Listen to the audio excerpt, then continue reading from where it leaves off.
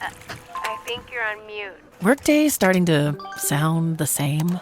I think you're on mute. Find something that sounds better for your career on LinkedIn. With LinkedIn Job Collections, you can browse curated collections by relevant industries and benefits, like flex PTO or hybrid workplaces, so you can find the right job for you. Get started at linkedin.com/jobs. Finding where you fit. LinkedIn knows how. The Elder Wand, the Resurrection Stone, the Cloak of Invisibility. Together they make the Deathly Hallows. Together they make one Master of Death. The last will and testament of Albus Percival Wulfric Brian Dumbledore. Do not pity the dead, Harry. Pity the living. And above all those who live without love. Hey everyone, welcome to Hogwarts, a podcast.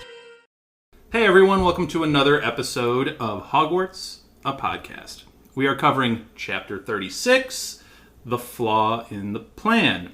To cover the final full chapter of Harry Potter and the Deathly Hallows, we have Elizabeth. Hi, everyone.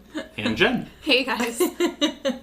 This is a very large, tremendously packed chapter, so no shout-outs for right now. However, if you do want to interact with us, please reach out on social media. We do have Twitter and Blue Sky, Instagram. We have a YouTube page. You could reach us all at Hogwarts a Pod. You can also comment on Spotify. You can participate in those polls on Spotify. And we'll do some pretty interesting things with the polls going forward. We'll have episodes surrounding those, and we'll break down those more in-depthly then. I mean, we're going to have more debates. We're going to have so many more debates. And I'm sure some things in this chapter might also spark some debates, but we'll see. Who knows? Like I said, it's a big one, so we obviously get Harry's return from his headspace / purgatory / whatever you kind of want to view that last chapter as. It's a zombie Harry. He's back from the dead. So, I mean, he technically is undead. However you want to do that. And we obviously get the Death Eaters and Voldy's reaction to that. We get them returning to Hogwarts, and then we get a whole lot more action that takes place, including between Harry and Voldy. So, like I said, we return from inside Harry's head, and we get him just starting out the chapter the same way he started the last chapter, just figuring out what his senses tell him. He could smell and feel his surroundings. He knew that every inch of him ached, especially where the killing curse had hit him. And he says it felt like an iron punch. He didn't stir and remain still, which I feel like is maybe the hardest thing he has to do in this entire chapter. Because I feel like I come back from whatever you want to call it, an unconscious state, to being conscious again in the real physical world, and the first thing you'd want to do is twitch or move or have your eyes fly open, something. See, I would disagree. I think the first thing I want to do is just lay there for a very long time. I think it wholly depends on what his transition back into it's like. Like, if it's a sudden realization, I feel like I would jerk, but if it's like a gradual, like, oh, you're slowly waking up from like a deep sleep, then like I'm just laying there. Yeah, I think the difference with last chapter was he woke up in a place of peace and like comfort, and he didn't feel the pain. But now it's like double-fold pain. It's like, oh gosh, I'm not moving anytime soon. It hurts too much. Like, even if you don't move and your eyes don't fly open or anything like that, and you're just lying there and you feel all of this pain, you wouldn't go like, ugh. Like, you can just let out like a grunt of like, oof, that hurts. I always thought his transition into this was just like he was calm. Yeah. Like he was just overwhelmingly... Remarkably. Yeah. He comes back with confidence. I want to know, though, how much time do you guys think actually passed from last chapter to this? Just like, I think it was almost instantaneous. Yeah. Mainly because of the Death Eater reaction. Where, you know, there were no cheers. There were some whispers, some murmurs. Bellatrix speaks first, as if to a lover, which is an interesting line that I'll want to double back on.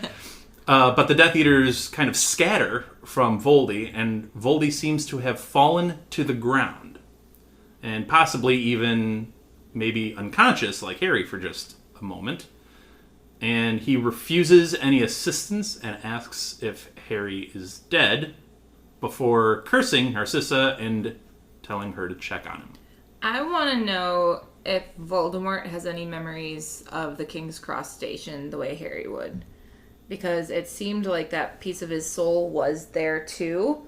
So would he remember overhearing a conversation, even if it was farther away? Would he just remember that split second as being tremendous, horrible, everlasting pain? Like, did that feel like his own personal hell more than a limbo state? Like, I just want to know what he remembers. I thought that for Horcruxes, though, like, those soul fragments are, like, independent. Because, like, he couldn't tell when, like, his Horcruxes in the past have been destroyed. Like, so he couldn't feel that. So was that piece the Horcrux of Harry, or was that, like, what remained of Voldemort?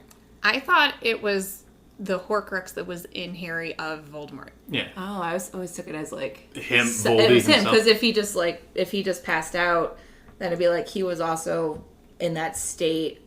Yeah, I guess I always took it as Voldemort himself, since it was... He fell over unconscious, and it'd be like the two of them had this moment up in this, like, heavenly state, and it's just, like, it's so pure that it's painful to Voldy. I never thought of it that way, but that's an interesting take on it. If you've been listening to this podcast, you know we make a lot of cross-genre references and a lot of cross-fandom references. It reminded me of Black Panther and the... Ancestral plane, yes. So Harry goes into his ancestral plane and sees his mentor, for lack of a better word, in Dumbledore. And I wonder, is he just alone? Is that... He's just, like, in this space alone? I don't know. If I'm going to make a Marvel comparison, my brain goes more towards Thanos going and seeing Gamora with the Infinity Stone and her asking him, like, you know, what did it cost you? Everything. Like, everything that I just did to survive with all the Horcruxes. It has left me this shell of a self. It's another good pull. I'm going to double back to this because I feel like it's such an interesting line. And why would you even include this if there wasn't some, like, odd tinge to it? Bella spoke first to him. Bellatrix spoke first to Voldy as if to a lover. If I was Rodolphus, her husband, I'd be like, Still here. Hi, I'm over here, like, on the side, because he is present there. How come you never kneel by my feet? Yeah, when I slip and fall, you don't come running to me. She probably laughs at him. Probably. She probably caused him to trip and fall. That's fair. I just always took it as, like, Voldemort is a cult leader, and they can convince you to, like, be emotionally attached to them, even if you do have other relationships that are binding. I always viewed their relationship as very one-sided. I feel like it's very consistent for Bellatrix across the books for how she's been described as being enamored with Voldemort and his most fervent follower and all of that, but I don't think that there's been much evidence that he really reciprocates that, because even here she's speaking to him as if to a lover, but he's still kind of telling everyone to leave him alone. Yeah, like, get away from me. It's not a very it feels very like you said, it feels very much like he's a cult leader. She's enamored with him. She wants to be his right hand and be involved. I've always read this as just one-sided. I definitely agree that Voldy does not seem to carry much compassion or empathy for anyone. Yeah. Kind of almost want a Bellatrix story. It doesn't have to be like a series or anything, just like a one-off maybe book. Because obviously we've had so much talk about Snape recently and how a lot of his background might have led him to his ultimate future. And I want to see, like, how does that differ from a Bellatrix? Because I think they're two very different characters, and I'd like to see how their lives kind of... My one fear with different. that would be if we see scenes of her as a young child being brainwashed by her family to do dark things, we might feel pity for her. And I don't want to feel pity for her because I think she is a horrible human being in this series. Well, she's the only one of the three sisters, though, that turns out, like, psychotic. True. That's what I'm saying. So maybe... True. I mean, we'll get to one of her sisters here shortly. But, yeah, Andromeda seems relatively... She came out good. Completely normal. Yeah. Like... Narcissa came out a little... More morally gray. Yeah. I think. Maybe leaning more towards the dark side. Yeah. Well, we don't know if their parents were, like, dark... And then the Narcissa and her sister were the black sheep of the family by being good. Well, we know Andromeda was scorched off of the family tree at some point. Right. So, I mean, there is that. So, again, I'd just like to see maybe a Bellatrix, like, where did she go from could have been normal to, wow, she has a lot of issues? I think could be fascinating. And how she got sucked in further and further and further to this hook, line, and sinker, I am a believer, true believer, to the nth degree. You can't tell me otherwise. Kind of, it might be interesting. Yeah. But anyway, we get to Bellatrix's sister. Narcissa comes over to Harry, who didn't know immediately who was actually coming over until he felt her softer than he would have expected hands. Narcissa touches his face, pulls back an eyelid, and feels for what Harry calls his traitorously beating heart, which I think is just a cool description. And once Narcissa obviously makes the connection, your heart is beating, you are alive, she asks, is Draco alive? Is he in the castle? Harry responds very softly, yes. Narcissa then shouts, he is dead. And then the crowd shouts and responds. Harry understands at this point that Narcissa would only be allowed to enter the castle as a conqueror. She no longer cares if Voldy wins. I think it's interesting that Voldemort chose a mother to go check Harry, and by having that happen, it's once again Harry is being saved by a mother's love. And I know her love is more so for Draco to go find him and save him, but Still counts. It still counts as she's saving Harry. At least for the time being. Yeah. She can't guarantee anything that happens to him after this point, but... Yeah, but like if we knew if Bellatrix were to go over, she'd be like, yep, my lord, his heart's beating. Let's kill him again. Yeah, it is interesting that he chooses Narcissa. I'm not sure why. You have Death Eaters literally all around you. Narcissa is the one you choose. It's a lucky turn of fate for Harry, I think. It's definitely lucky for Harry. I think Voldemort at this point just really doesn't think of the Malfoys highly at all, so maybe just it's a menial task, make one of the Malfoys Do you think if it was Lucius, it would be the same? If it's Lucius, I think Lucius is an idiot, and I think he'd be like, nope, he's alive. I don't think Lucius plays as far. I think Narcissa is better at strategizing than Lucius would be like, 10 points for Lucius? Yeah, right? He's alive. Can you let me back in your inner circle?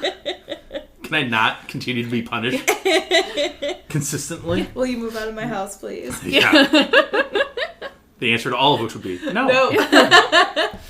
I really need this to be a conversation between Lucius and Voldemort being like, look, I appreciate, I am so honored that you want to live here, but like, I need alone time. I need this sitcom there. Like, can you just imagine Voldy in a onesie and some fuzzy slippers watching like Celestina and a Warbeck? bathrobe with a little, like, bath hat. I need a laugh track for this too. Lucius just shuffling in, my lord. Voldy now claims Harry is dead by my hand. No man alive can threaten me now. And he proves his point by firing Crucio at Harry's dead body. So not only did he kill this kid, quote unquote, kill this kid, he's now defaming what he believes to be the corpse of the kid on top of it.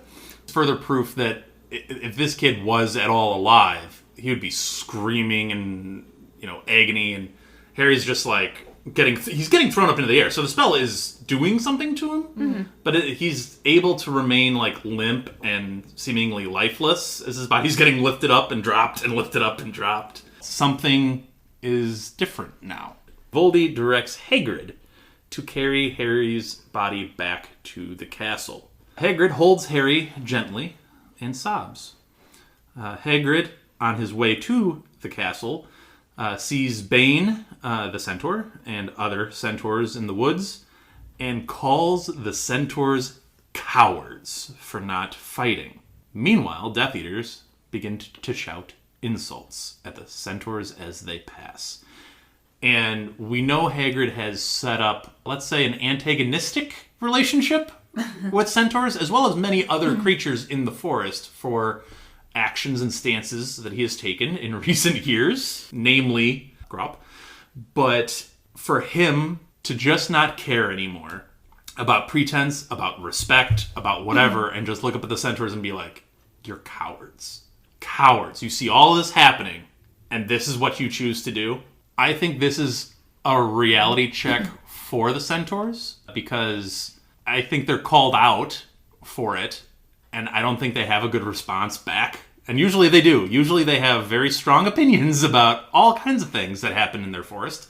But when you get Hagrid calling them out for cowardice, when they're very much have a very strong bravado about them, and they have a very strong self-image, and then, right after you get called out for cowardice, you have people walking right by you, slandering you, calling you all kinds of names and insults, and you're not doing anything about it.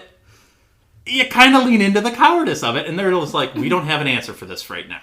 Luckily, it is not the last we see of the centaurs. So, I just think it's this powerful moment from Hagrid. Voldy ends up stopping Hagrid at the edge of the forest. And Harry, even though he's, I think, only opened his eyes what he calls a millimeter, he does recognize the presence of Dementors in the area. But the idea of his own survival through this whole process acts as a talisman against him, as if his father's stag beats within him.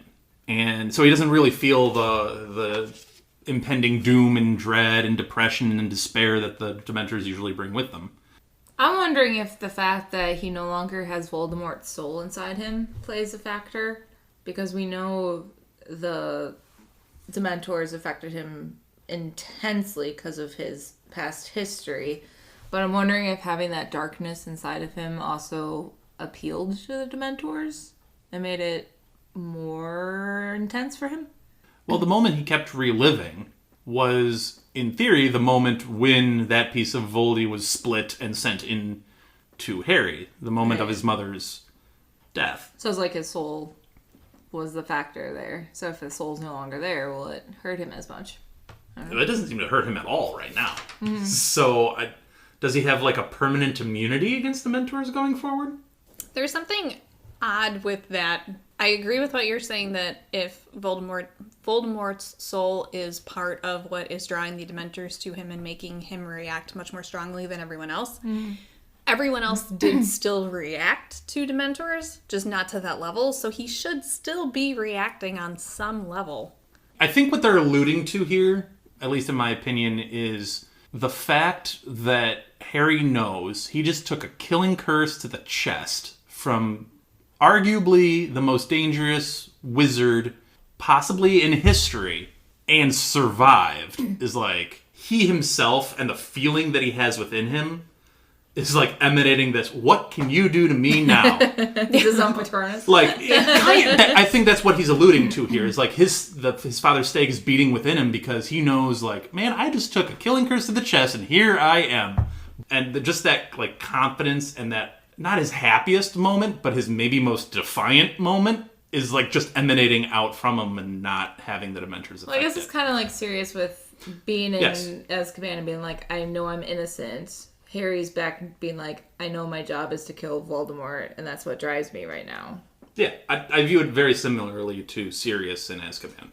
Voldy, at the edge of this forest, surrounded by Dementors and two giants, Voldy delivers a message. The message is, Harry Potter is dead. Killed as he ran away trying to save himself while you lay down your lives. We bring his body as proof your hero is gone. The battle is won. You've lost half your fighters. My Death Eaters outnumber you, and the boy who lived is finished. Anyone, man, woman, or child, who continues to resist will be slaughtered, as will their entire family. Kneel before me, and all will be forgiven. How about that speech from Voldy? All the Death Eaters are out in the forest right now, right? Mm-hmm. Like, there's nobody left inside the castle. So you'd be tending to your dead or your wounded, and I think most of them still feel the hope that, like, Harry's gonna save us. So hearing that he's dead and then hearing these lies about him, it would break your heart. I don't know how you would go forward. Jen, do you think the people of Hogwarts believe Voldy? And maybe not about the death, but about, like, two parts specifically. Do you think they believe Harry was killed as he ran away? Not anyone who knows him. Yeah. Fair. And do you think they believe the part about kneel before me and all will be forgiven? I feel like that one's a little bit trickier because I feel like anyone I feel like the older people aren't going to believe that. I feel like the younger people may. Mm-hmm. Just based on experience and, more knowledge of how past wars have gone. I also think my initial reaction to this, so, like, because I'm looking at this from the perspective of, like, Hermione or Ron or someone, I think my first reaction to this is panic in terms of, like, wait, where is Harry? When do you think they realize that? Right. That would be the first, because if they're consumed with mourning Fred and they're with the Weasleys and they're preoccupied with that, that would be the first thing of, like, wait, where is, Harry's not here. Harry's not around here. Where is he? Mm-hmm. Like, that would be my first. I'd be surprised. I'm half surprised, actually, that if they didn't realize Harry was gone, that's one thing. But if they realized Harry was gone at some point, I could totally see Ron and Hermione somewhere in the Forbidden Forest. Because they knew where Voldy wanted Harry to go. And if he's missing, it's not like he's going to be in the library. He's going to go to the Forbidden Forest. Not in the library. But all the answers are in the library. I would almost believe that if they recognized, hey, wait, Harry's gone, they would have beelined for the Forbidden Forest. Yeah. So, I don't know. Might be interesting where they're at in this whole process, but I believe they're in the Great Hall still, so maybe they didn't realize Harry was gone? I don't know. This also took place fairly quickly. I'm maybe, like, 20 minutes total? Yeah, it's it's fast. Super fast. But anyway, Harry also notes that Nagini has been freed of her bubble enchantment prison guard, or whatever you want to call it. Aww. Nagini resides around Voldy's neck. Which I am just envisioning like Britney Spears. Jen, you're a wizard with some graphic design. You can get a picture of Ralph Fiennes and just superimpose like Britney Spears' hair or whatever. Maybe an outfit. Yeah, definitely the outfit. That'd be great. That'd be a great post to Instagram. Someone's going to take that idea and expound upon it and then do like Hit Me Baby One More Time with Voldy. like doing the dance moves and everything. Curses flying at him or something. Someone's probably with AI just done that just now while we've been talking about Oh my gosh. Anyway, they eventually arrive at Hogwarts, and the first voice you hear is a gut-wrenching scream of no coming from the castle, and Harry didn't know that McGonagall could make such a sound. Ron, Hermione, and Ginny's voices were even worse for him. And then survivors become aware of the presence, they come out, and they begin yelling abuses at the Death Eaters. And then Voldy silences the crowd. Harry laid down at Voldy's feet, and Voldy begins, "He was nothing ever but a boy who relied on others to sacrifice themselves for him." And then Ron says something. Ron speaks up. "He beat you." Which breaks the silence charm. Interesting. Again, Voldy silences them and says he was trying to sneak out, trying to save himself. And then a survivor charges at Voldy from the crowd and was hit by a curse and immediately disarmed. One may believe a powerful Expelliarmus charm was used by Voldy. I'm just saying. Do you think he took that from Harry? I'm just saying. Neville Longbottom is the survivor that charged out. And he's recognized by, stunningly, Bellatrix Lestrange, who has quite the relationship with Neville and his family.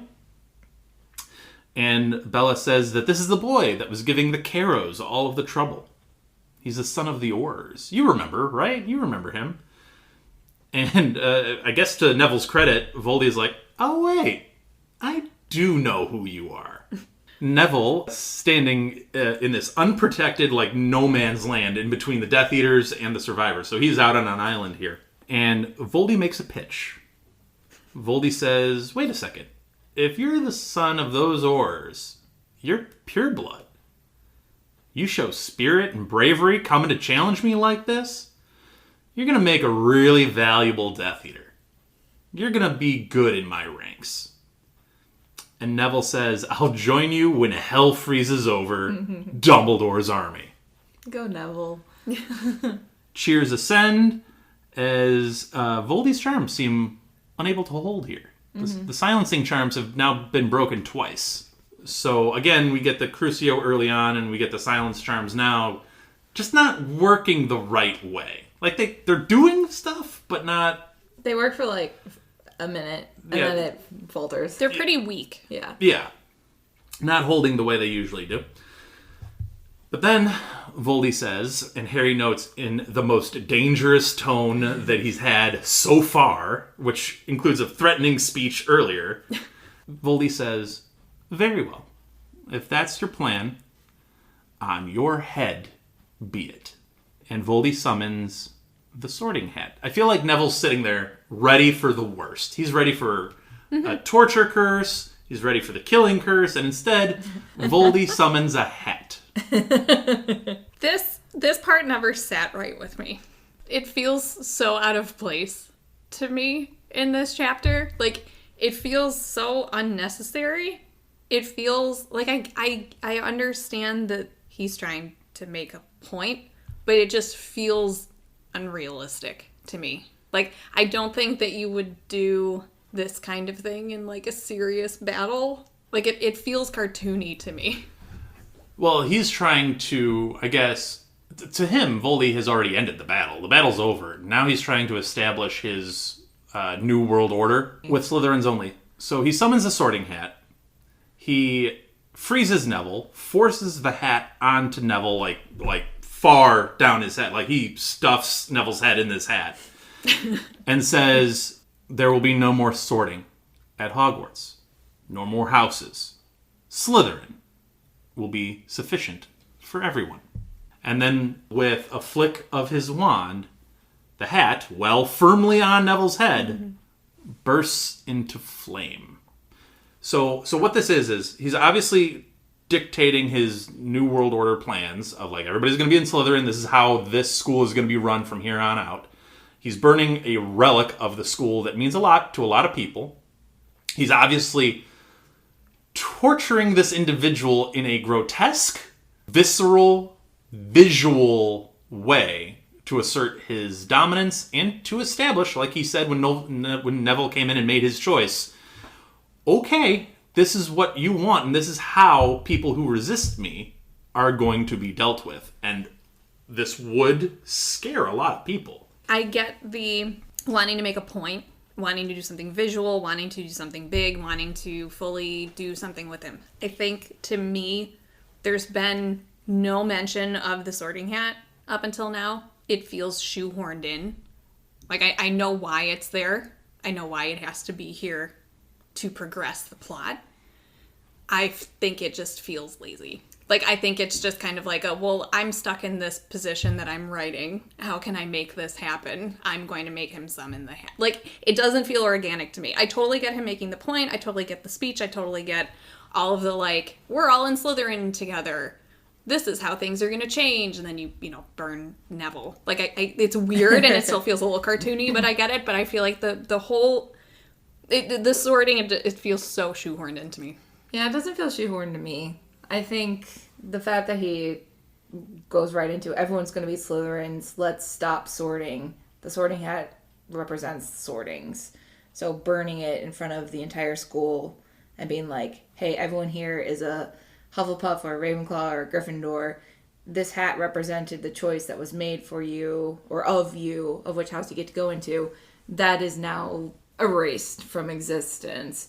If anything, if I were a Slytherin, which you can correct me if you disagree, but I feel like I'd be annoyed that now anyone gets to be in my house. I'd be like, well, that kind of washes away the things that made me great. Now everyone gets to be in my house. Like, I'm sorry, this is my house. Get out of my house. Like, you don't belong here. That is a very crowded dungeon. All of a sudden. That is like the qualities that would make Slytherin great and be sorted into Slytherin. I think I'd be annoyed, like, well, now I have to deal with these cocky Gryffindors and these know-it-all Ravenclaws and these whatever term you want to give to the Hufflepuffs. Like, I feel like I want my people with me, because that helped me find my sense of belonging, and now that's been removed from everything. I think that might be a universal feeling across the houses, though, because I feel like everyone in their house takes pride in having been sorted into their house. Yeah. So it's like when you're erasing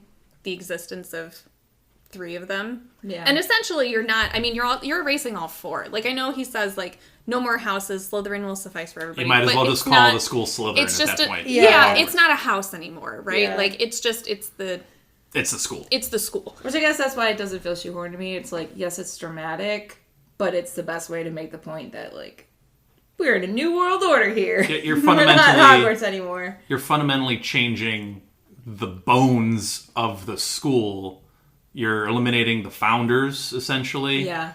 And you're destroying a founder's item to do it, that the founders created. So he's making a point in the most direct way he possibly can, I wonder think. what the Grey Lady ghost thinks when she hears that. Another piece of her mother's magic? Being destroyed, yeah. I don't know. I just don't think she loved her mother all that much. But even then, like, she still has the name Ravenclaw. And if now you have this man that you personally helped find the object that made a Horcrux and has helped him linger in the way that he has, your actions have contributed to now your house being destroyed. That would crush her, I think. I think so. Just make a joke out of it. Does he think the other house ghosts are being like, so we're fired now? Or like... I nearly had this Nick can't join the Headless Hut. Do we have to leave? Like, how does this work? Yeah, but I think that's an interesting point, too, how Helena can now look at that and be like, wow, I have made a mistake that's now not only led to one of my mother's prestigious artifacts being defiled and then destroyed, to now her entire reputation, her entire legacy is in shatters. About to be erased. It's impressive that you can still have these many mistakes being made in your afterlife. You can't even get away from it. No, you can't. And you're doubling down and tripling down on mistakes you've made. And maybe that's... Like, you thought you were done because you died. It was like, nope. Well, I think you made the comment about ghosts being like, you're kind of stuck. Yeah, they said that ghosts are constantly obsessing over the, like, grudge that they had. So for her, the grudge against her mother is always on her mind. Well, she's continuing to do that over and over and over again. So, I mean, I guess that would track. Many things now happen in very quick succession. There's an uproar from the distant boundary of the school as what seems to be hundreds of people come swarming over the walls. Grop lumbers into the scene, grabbing the attention of both giants that the Death Eaters still have. Arrows begin to rain down on the Death Eaters from centaurs that have entered the fray again. Harry pulls out his cloak, pulls it over himself, and then begins to get to his feet. Neville breaks free of the Bodybind curse, another breaking of a Voldy spell. The sorting hat falls off of his head, and Neville extracts the Sword of Gryffindor from it. Neville slashes it through the air, and even in all of the chaos that is now beginning to ensue, everybody has their attention on this glittering, gorgeous sword as it slashes through the air, beheading the great snake Nagini. Voldy screams a furious scream, and Hagrid yells the question, "Where's Harry?" Alright, so here's my counterpoint about the centaurs, right? So My interpretation is the Centaurs have been studying this war since book 1. Like, they're constantly looking at the stars and be like, Mars is bright tonight, unusually bright. And we know that they said, if you're going to really truly see with a capital S, you have to constantly be watching. And they said, yes, we can make the wrong predictions, but we have been studying the movements of the stars. We've been looking into this. I think they've looked into this up to, like, the very last second that you need to. And they saw that them acting as the Death Eaters walked past was not the right time to attack. And I think that they are proud creatures, so the Death Eaters jeering at them, if it had been any other circumstance, it'd be like, well, you're dead right now. But I think they knew that this was not the right time to attack. We have to let them pass so that this moment right now is the opportune moment. This is where the Centaurs are supposed to join the war. So yes, you could certainly argue they felt guilt, but I think it's more they saw that this was when they were supposed to join the fight. It's an awful lot of precision that you're putting on divination there. This is a different kind of divination also. It is. Yeah. But even Ferenz, when he was teaching that type of divination, was like, it's still open to interpretation a lot. Yeah. It's very far from on-the-nose precise. I think I just trust the Centaurs more with long-term divination than I do, say, like, Trelawney with in this real quick moment, unless she's actually in seeing mode. That is something different. But I think that they've been studying this long enough where they recognize Mars is at its brightest and this war is here and this is the moment and now is the opportune time for us to attack to make this war end. I can see it if they predicted this day is the day this war ends. It's just a matter of how does it end? What happens? And so my interpretation of it is very, very close to Elizabeth's interpretation of it. My interpretation of the Centaurs being able to see is that it's more based in something like that, where it's like they're reading the stars, many things can happen. They're not saying like this specific thing is going to happen at this time, but they see that if the arrangement is in a certain way, it's leading to X. So like they saw that with the arrangement that was in the sky, it was more going towards the, you know, the wizarding way or whatever, that this was the time for them to go. So it's a lot less of like this war is ending this day, this was the exact moment that we had to do the thing, and just kind of like, oh, these few things have happened that puts us on this track. This track means we should do X. Yeah. I could buy the Centaurs divining that our moment is going to come and we either have to live up to it or not and then deal with those consequences. Because they could still choose not to. I mean, they could still choose a different path. Right. I think helping that choice is Hagrid calling them out for not fighting because they're very, very proud. Even if it was their intention not to, and clearly it was their intention not to because they didn't. But I still think as proud of a species as the Centaurs are, and Hagrid, man, he is a fighter. And him doing what he did in the battle, because they watched this thing take place. They weren't just like hiding out in the forest. They were viewing the events. And then you have this warrior calling you out, warrior to warrior, as you're a coward. Even if you could argue that it wasn't them seeing the future with the capital S again, like if they were to try to attack them right now, it's arrows against wands. And letting them pass to get to the other wizards and then being like, well, we're going to be sneaking up from behind strategically as a war tactic. That's the smartest thing to do. And I think the Centaurs have logic. They're intelligent creatures, so they would know this is the best battle plan. We'll do that. Maybe. Yeah. It's interesting. You guys are putting so much on divination in our last full chapter. Yep. Neville, though, we gotta talk about Neville. He just killed a snake. Like, this moment comes out of nowhere, by the way. It's very much, and it passes so quickly. Because obviously we have a lot more to talk to in this chapter, but this moment when he slashes the sword through the air and you think, okay, he's going for Voldy, and it just so happens, he's like, oh yeah, and the snake's beheaded. Oh, what? Okay, this happened like, boom. They describe her head like flying through the air. Too, That was an interesting. It just gave me like a visual of a basketball just going like woo. It's like soaring by or like a soccer ball or something like that, you know. I like how she describes it as many things happen in a moment. Yes, many things do happen in this singular moment. Yeah, I don't know. I love that it's Neville to do it. I love that he's the one to pull the sword from the hat. And I love that this is him continuing on Harry's instructions. So even though Harry is presumably, in his eyes, dead, he's like, I'm going to continue doing what Harry told me to because I trust Harry. This sword needs its own chapter in the next History of Magic. Because it's killed 2 prominent snakes in the last 7 years. Yep. And then Hagrid obviously asking, where's Harry? It's a great way to transition into the next stage, which is absolute chaos. I do like that it's Harry to recognize, or Hagrid to recognize that Harry's body's missing. Well, all of this breaks down, and he's not worried about any of it. He's worried about Harry. Mm-hmm. So we will take a break, and we will come back into this chaotic scene at Hogwarts. So we'll stop right here, and we'll be right back. Before we get to our break sound, I'd like to acknowledge our friend Andy, who helps us produce our intros and our break sounds.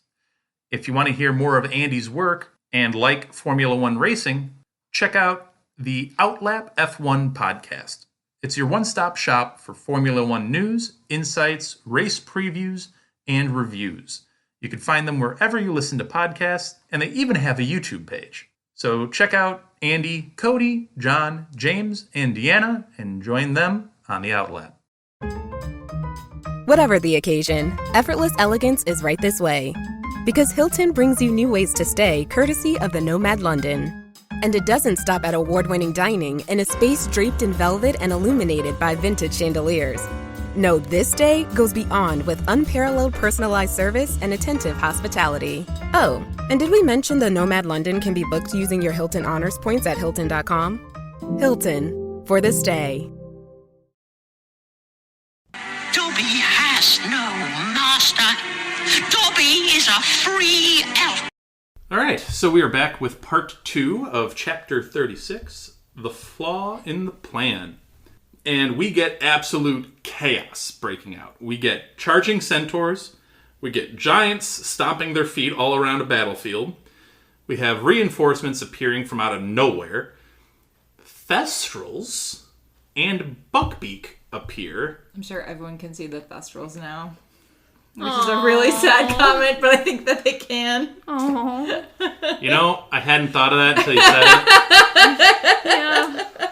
You were absolutely right, and I hadn't thought about that. Uh-huh. Yep. Wow, way to bring that down. It was a sad thought, and like I guess for those students who haven't seen it before, you might be terrified. Be like, what are these black skeleton things coming towards me? Like, is this actual death or whatever? But, it does give as Thestrals come in from the air and start like attacking these giants and scratching at the eyes and stuff, it does kind of read almost like the end of times. Yeah, like the Horsemen of the Apocalypse, just not the horsemen, just the horses coming in. Yeah. It does kind of give that eerie vibe, but at least they're on your side. I'm sure Luna is telling everyone, don't worry, they've always been here. You have survivors and Death Eaters alike being forced inside the castle because of all of the pressure coming from now the outer boundaries into the castle.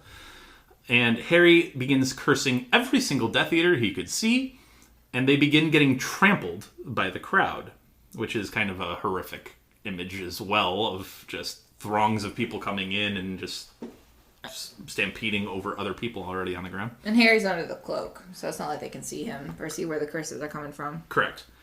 Voldy gets backed into the Great Hall, and he's firing curses everywhere. We get Seamus Finnegan and Hannah Abbott and Charlie Weasley, first mention of Charlie in this battlescape scene, rushing into the fight, passing Slughorn along the way, who's still wearing his Slytherin Emerald pajamas, and families and friends of Hogwarts students, shopkeepers, and homeowners in Hogsmeade all alike are coming to the aid of the Hogwarts survivors. You have Bane, Ronan, Megorian leading the centaurs into the castle, which is interesting, just seeing centaurs like invade the castle, and I can't imagine maneuverability is all that great. Well, especially knowing the damage they've done to the castle too. I'm sure Yeah. there's rubble all over the place, blood to slip in, all that. Yeah. But then we get another entry into this fight, and man, is it an entry. From the kitchens of Hogwarts burst house elves. Creature leading them into the fight in the name of the great protector of house elves, Regulus Black. And I love this description here, okay? Their tiny faces alive with malice. I love it. What a line that is. Yep. As they're wielding, like, they have magic, which Yeah. is great. But they choose not to use magic here, at least in the description that we're told. They use knives, hatchets, cleavers from the kitchen to hack at the ankles of Death Eaters. That's so cute. I'm just imagining a bunch of angry geese, like, just attacking your caps and just pecking at you. I love the house elves being introduced to this battle, and as Ron would have wanted, of their own accord. I do have one question, though, because his exact quote was, "Fight for my master, defender of the house elves, fight the Dark Lord in the name of the brave Regulus, fight." When he says fight for my master, is he meaning Regulus or Harry? I think he means Harry. Okay. Yeah. I think his master is referring to Harry there. Okay. That's what I had thought, too, but when he said Regulus, I was like, well, I don't know which one he's doing. I know Regulus was good with house elves, and he thought highly of Creature, and probably defended Creature on many of occasions. But I think it's more apt to describe Harry as a defender for house elves, because of how he treated Dobby. Good, because that's also how I interpreted it, Okay. but I was curious. And he still mentions, Regulus in the vein of, brave, anti-Voldy, so... I like that he's still wearing the locket, too. Yep. Yeah, it's interesting to see Creature. The story arc of Creature is a fascinating one as well. From when we first get him in Order of the Phoenix to now. I sometimes think about the moment where they tried to apparate back to Grimmauld Place and they had to divert their plans because there was the Death Eater attached to them, and just Creature at home being like, they coming back anytime soon? Like, how long did he wait before he was like, oh, okay, I guess I'll go to Hogwarts. This is a good point to bring up. So does Creature fight off Death Eaters that are trying to get into Grimmauld Place, or does he eventually get overwhelmed and then have to escape, and the only escape he knows of is Hogwarts? Like, which happens? Does he defend Grimmauld Place as much as he can? Or does he just immediately... I want to imagine a Home Alone scenario of Creature just, like, destroying these Death Eaters. Lucius Malfoy walks in, gets a paint can in his face. I actually definitely believe that happened. My headcanon is Creature made it as hard, as annoying, as just an awful experience as possible to take Grimmauld Place. I feel like the Death Eaters eventually do it, because they probably do overwhelm them. Yeah. But those first few, like Yaxley just being like, I guess I'm here now, and I'll open the door, and I can imagine Creature would make it an absolute brutal experience. I would imagine he would want to defend it just because he has so much history tied to it. Sure. Yeah. Yeah. So, with all of this stacked against the Death Eaters now, where they had the overwhelming number advantage, now they are seemingly getting overwhelmed. They're beginning to fold under the weight of all of these numbers, and they're beginning to fall one by one. And in one of my greatest paragraphs in the entire series, I love this paragraph so much. We get Yaxley slammed to the ground by George and Lee Jordan. We get Dolohov falling in a duel to Flitwick, which is just a great sentence for me. I've touted Dolohov's skill throughout this entire series, and he falls to who? He falls to the greatest dueler ever, the head of my house. You've also been #1 fanboy of Flitwick. I love me some Flitwick. So that's a great sentence for me. You get Walden McNair. They use his first name here. Walden McNair is thrown into a wall by Hagrid and knocked unconscious. And that's an interesting line, because obviously McNair was the one that came to execute Buckbeak. Yeah, that one's my favorite. So Hagrid has a grudge here. And Justice for Buckbeak. I just see him searching out McNair and being like, you. I want you. Greyback ends up being downed by Ron and Neville. Rookwood ends up being stunned by Aberforth. And that line, I'm like, man, I was really hoping for Percy on that one. But then, Pious Thickness is floored by Arthur and Percy. There you go. There's the Ministry of Magic connection coming back for Arthur and Percy. I like that one for two reasons. One, because of the reuniting of Arthur and Percy after their fight is very nice to see that father-son bonding. But I also love that their bonding is literally attacking their boss. Like, you're such a horrible boss. Like, down with you. Lucius, Narcissa, and Draco just end up fleeing and don't actually fight anybody. That's all in a paragraph of just Death Eater after Death Eater after Death Eater. And not just the nameless, amalgamation of Death Eaters. It's your name brand, like, absolute followers of Death Eaters. You're like inner circle top guys are going down 1, 2, 3, 4, and it's now looking very grim. Voldy, however, is doing his best. He is dueling McGonagall, Kingsley, and Horace Slughorn. Woo! All at once. So you get a McGonagall Kingsley team up, and you get the Slytherin head of house battling the heir of Slytherin. Yay! I love it. Which is so nice too, because he spent so much of book 6 being terrified of the Death Eaters and Voldemort. Yeah. So it's nice to see him in the forefront actually going after Voldemort. It's such an interesting inclusion. Like, McGonagall makes a ton of sense. Mm-hmm. Kingsley, for all we know about him, he's like the head Auror. He's the leader. He set up the battle plans for the Battle of Hogwarts. He's that guy. And then you have Slughorn here, who, by the way, struggled to get back into the castle because he was getting outrun by these youngins over here.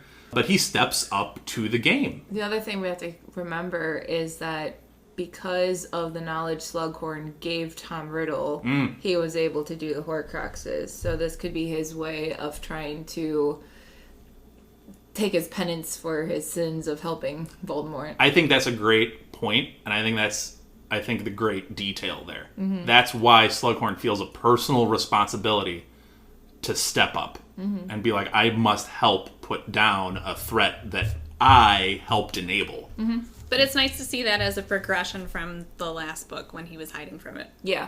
And you get your Slytherin helping out. I know! I love it! Yay!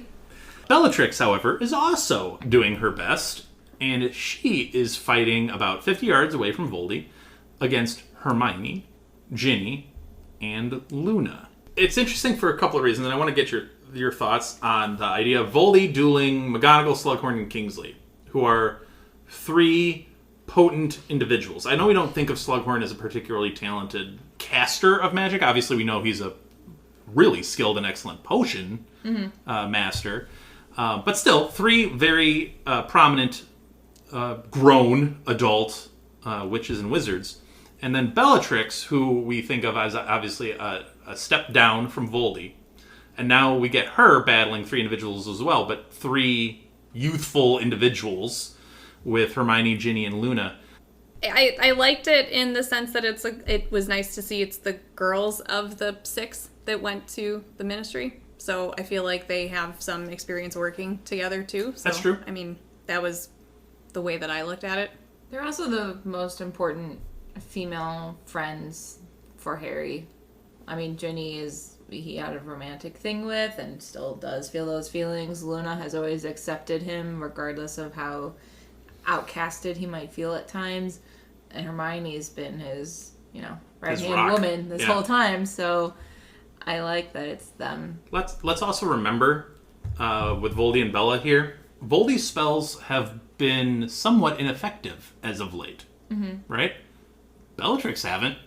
There's nothing indicating that her spells aren't just as potent as they always have been. Mm-hmm. And she is a very, she's psychotic, but she is very dangerous, especially in a dueling setting. What a step up for Hermione, Ginny, and Luna to take on this type of challenge in a dueling setting that's a step up. Speaking of stepping up into some danger, a killing curse misses Ginny by an inch. And at this point, Harry's like, you know what? Forget Voldy. I'm going after Bellatrix. And he diverts and runs towards Bella, but was knocked to the side. And we get the iconic line, "Not my daughter, you bitch." Who says it? Molly Weasley. Mrs. Weasley pushes all three girls to the side, and she's like, I got this. Bellatrix is mine. Before we get into the actual duel between Molly and Bellatrix, I know one of my guests here today has an issue with this line. That one's me. I know everyone loves this line. I don't.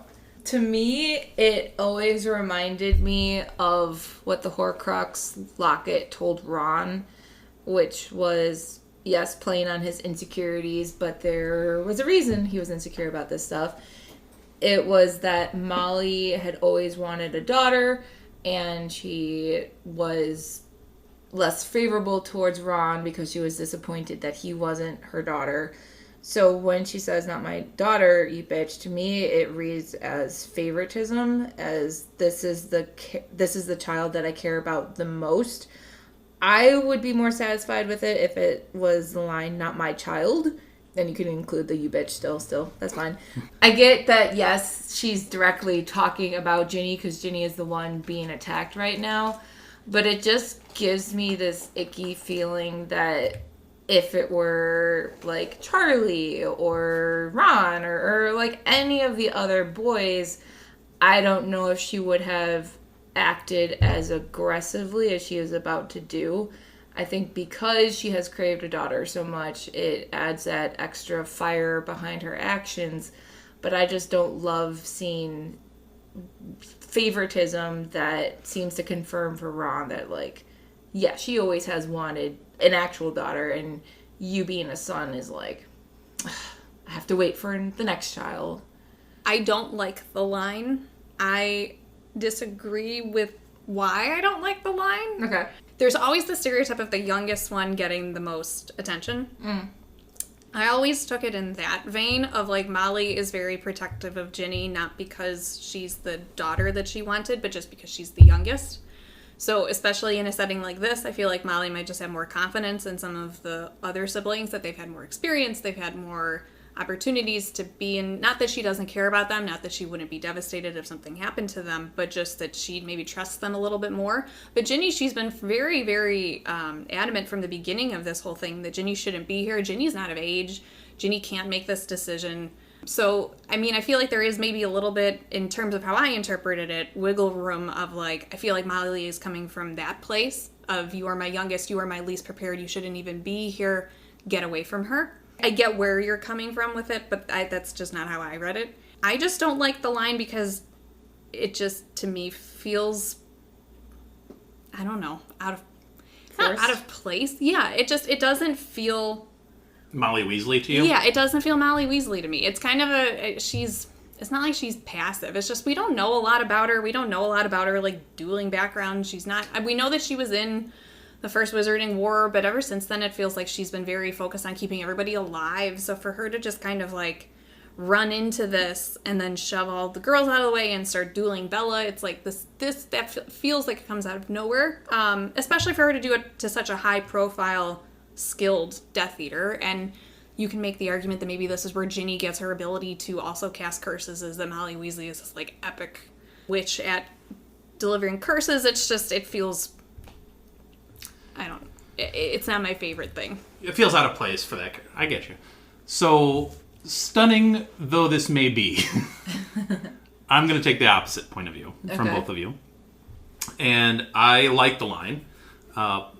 Aside from Molly Weasley calling Bellatrix Lestrange a bitch, which is just fantastic, I think it can be in her character. We know that she has a presence in her home, and she can have that fire to her. And I think, to your point, I think that is where a little bit of Ginny's fire comes from, is from her mother. Yeah. Because we know Arthur is so very chill. You mentioned that she does have a connection to the First Wizarding War, which she does. And she comes from a pureblood family herself. and her brothers died in that first Wizarding War, and I think she always feels resentment that she didn't fight more in that war, just like Ginny is watching her brothers participate and being like, I can't be on the sideline here. So there's that connection between Ginny and Molly that I think is really interesting that we can go into in another episode. She comes from a very, very talented family, and I think that was also my initial reaction to the scene that we're about to get to with her dueling Bellatrix, is we're like, can Molly do this? Because we've seen her very profound with charms and spells around the burrow, which I guess gets into a whole motherly female domestic side, which is a little stereotyped. And we don't see her in this light very often. So with this duel, you get Bellatrix's initial smile faltering into a snarl as the duel develops and intensifies. Both women are noted as fighting to kill here. There's no pretense about it. There's no, going around it. This ends. One of us will end in this duel. And as people rush to Mrs. Weasley's aid to help out, she refuses that assistance. No. Bellatrix is mine. I got this. And I like this scene that they set where hundreds of people are in this castle, this front area to the castle and now into the Great Hall, are just standing there watching these two great duels take place. This 1v1 over here and this 1v3 that's still happening. And it's just captivated everybody's attention. Do I have an issue with somebody just adding on and piling on? Sure. But I do also like that there's such great displays of magic that everybody's just like, oh my goodness. But it's terrible war strategy. I totally get that. Yeah. But if I'm just a shop owner in Hogsmeade and I'm watching McGonagall and Kingsley and Slughorn duel again, possibly the greatest dark wizard ever, I'm just standing there being like, I don't know how I can add to this. I don't know what I can contribute here that they can't. They're doing magic that maybe some random homeowner in Hogsmeade is just not even capable of. So what is some little mini stunning spell gonna do when McGonagall and Kingsley are firing some epic spells? Are they the only two that are left at this point?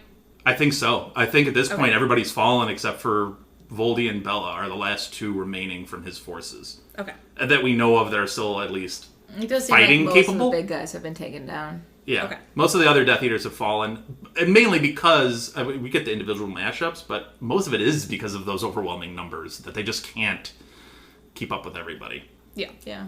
Also, there might be some fear factor there of man, if I step up to Bellatrix or Voldy, even if McGonagall deflects a spell, I could be caught in just a ricochet or a rebound of just maybe I should give this duel a little space and get away from it, because I could get caught from a side stray, Yeah.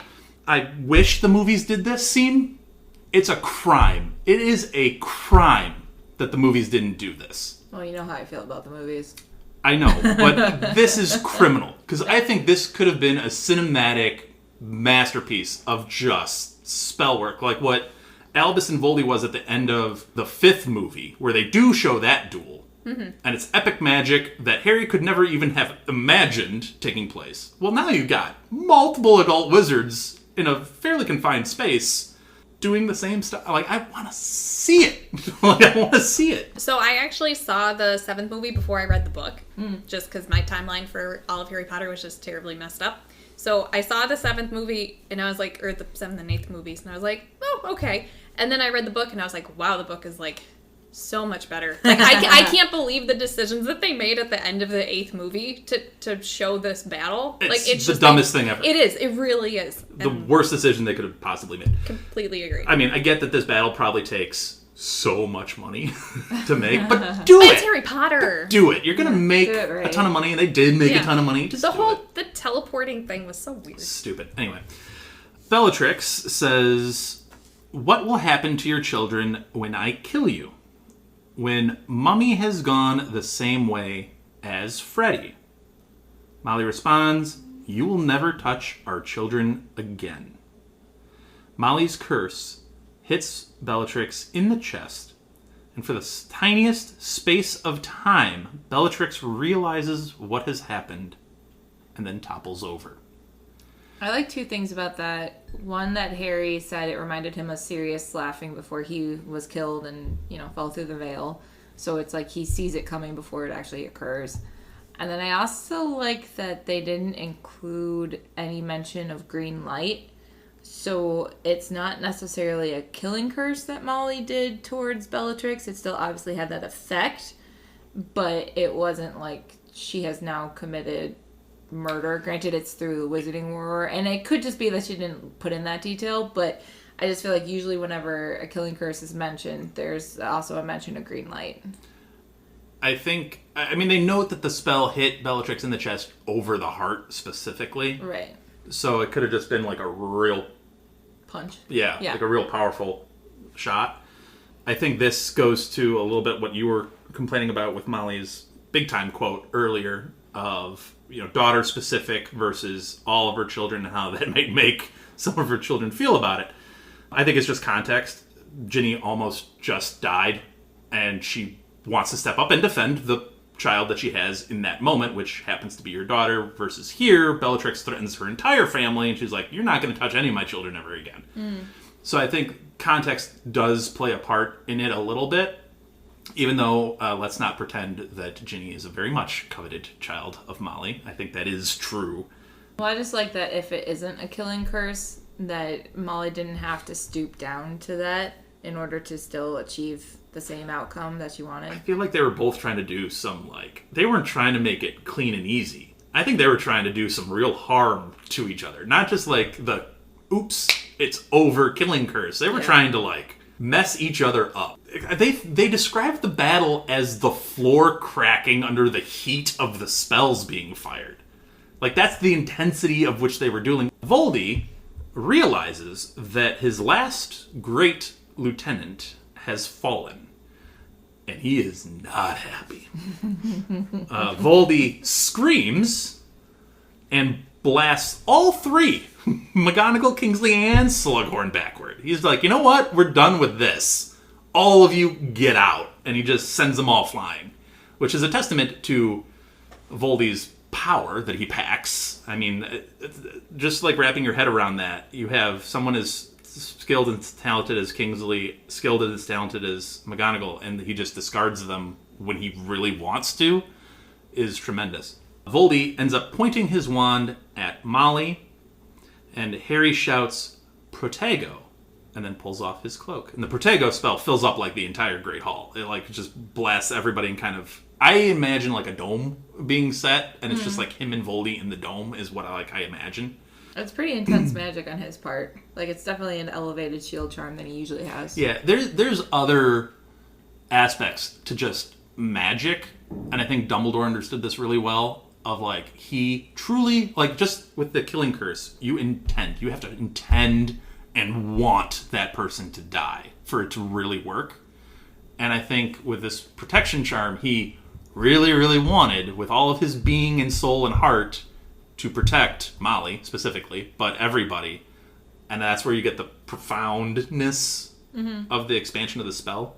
And I guess if you wanted to keep going with that theory, the idea of Expelliarmus being his top spell, or his most go-to spell, is the idea that with all of his heart, soul, and being, does not want to kill anybody either, which sets him drastically apart from his adversary through all of this, who is firing killing curses at warp speed every time.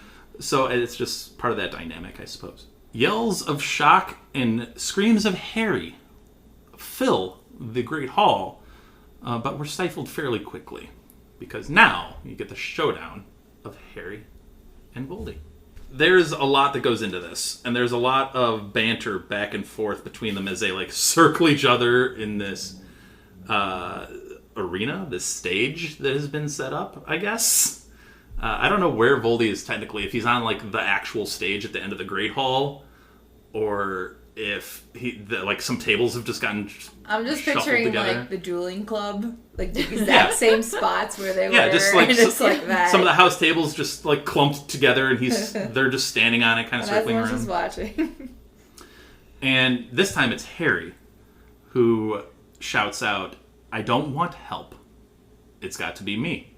If I'm just some dude like that's not really involved in this that came to help from like Hogsmeade, I'm like, that kid is either the dumbest person or the bravest human being I have ever witnessed. Like, there's no in between there. It's one of the two. And Voldy starts goading him with which person will be his next shield. Who's going to run and take this next spell for you?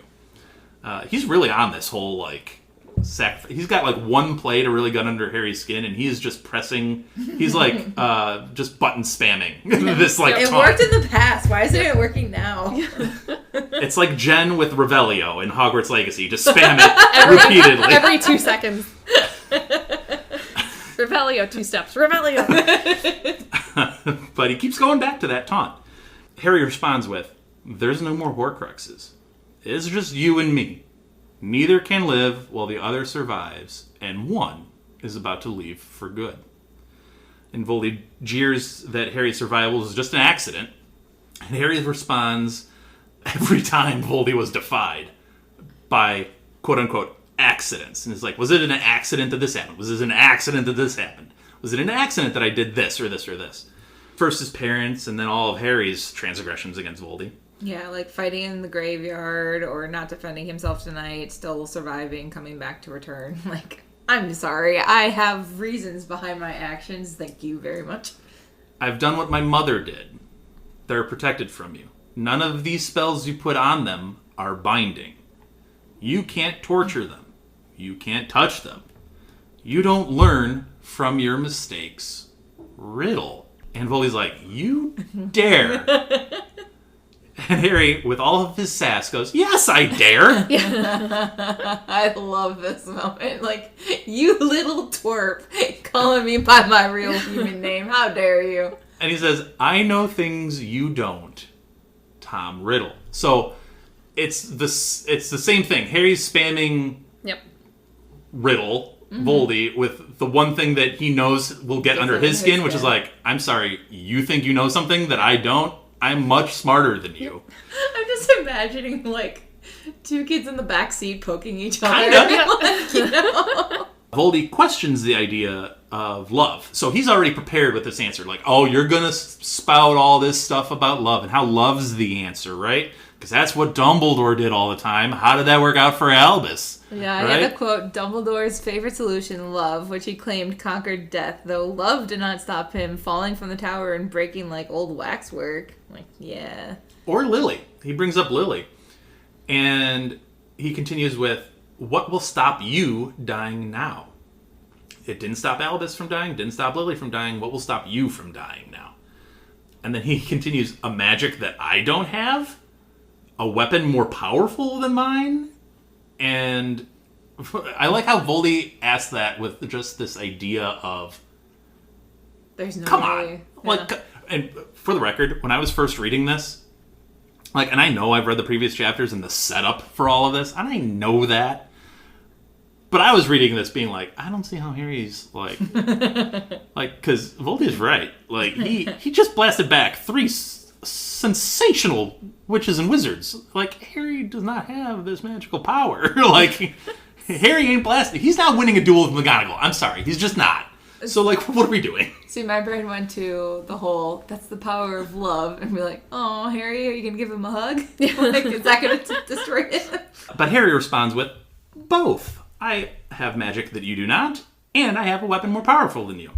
And I just imagine Voldy in a full shocked Pikachu face. I'm just like, what? That was not how I thought you'd respond. And it turns into what is described as humorless, insane laughter. And then Harry actually goes into what Voldy doesn't know, which is really the namesake of this chapter, of Flaw in the Plan. Albus chose how to die. You didn't really kill him. He kind of planned his own death. And not only did he plan his own death, he planned it with a man that you thought was actually serving you. Snape wasn't Voldy's. Snape was Albus's the moment you hunted my mother. You never realized because you can't understand why he would even make that, that decision, that that life-altering risk that he took. You can't even understand why. And he's like, have you ever actually seen Snape's Patronus? Do you know that he can produce a Patronus? Like, dude, come on. And Voldy doesn't answer, which is telling. So Snape's Patronus, which you clearly never saw, was a doe, the same as my mother's. And Voldy kind of was like, okay, whatever, that doesn't really matter, because everything worked out. It doesn't matter. Even if Snape did defy me, it doesn't matter, because everything still worked out. Albus tried to keep the Elder Wand from me, intending Snape would be the true Master of the Wand. Well, guess what? I killed Snape. Albus's plan failed. It didn't work. And here's like, yeah, it didn't exactly work the way he'd thought it out. But before you kill me, you should try to have some remorse. And Voldy is crazy confused. He's like, what are you even talking about? You're trying to get me to, like, confess all of my sins, my numerous sins. Like, shed a single tear. Like, yeah, not gonna happen. And Harry said, I've seen what you'll become. Be a man. Try for some remorse. You know the wand isn't working properly for you. Snape never defeated Albus because it was planned.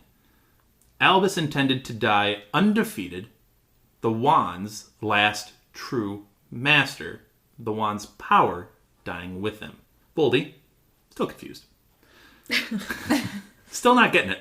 Not picking up what Harry's laying down here.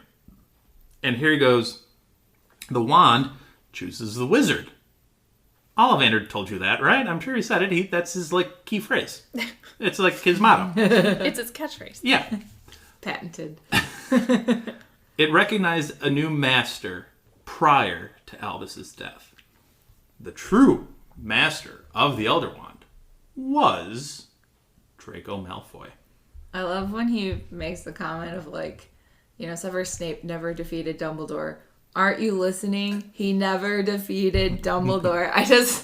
I feel that in my soul. Because it's like, no, Harry, students never listen to you. He's too shocked by the information that you're giving to even listen to what you're saying. So, a part of that comes with, I think, Voldy's lack of knowledge about the Elder Wand. He thinks it's purely just the history of the wand passing from owner to owner, which, in Voldy's defense, is mostly through death.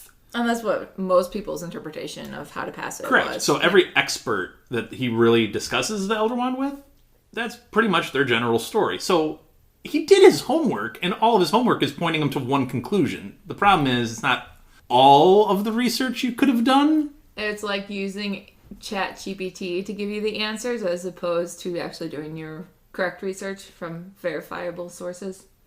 Well, he only used, like, 4 credible sources instead of, he should have used 8. Like, he should have had a fuller bibliography, not just like a... He did the Spark Notes instead of reading the book. Yep. Yeah. Yep. Yeah. So Voldy says, well, that's also not a problem. If Draco's the true master of the wand, I'll just kill you and then I'll attend to Draco later. Not a big deal.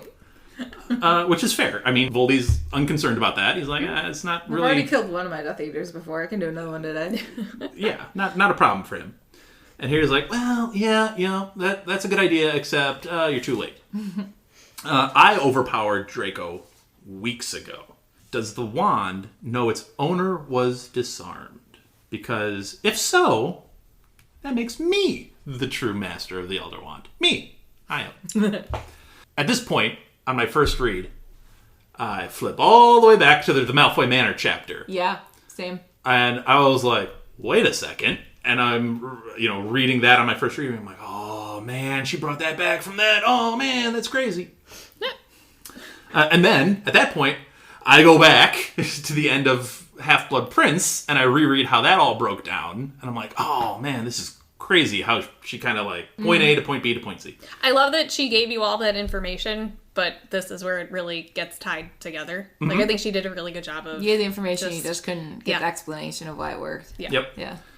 So at this point, and throughout this entire kind of dialogue between the two characters, Harry's like, I know this spell is going to come. I know it's coming. I'm got my hand on my wand ready for it. Eventually, Voldy does hit the, you know what, I'm done with this moment. Both individuals scream their best spells. For Voldy, it is Avada Kedavra. For Harry, it is Expelliarmus. They collide, but no Prior Incantatum this time, just for reference. No Prior Incantatum, but they do collide. Voldy's wand flies through the air, and Harry, in pure Seeker greatness, catches it.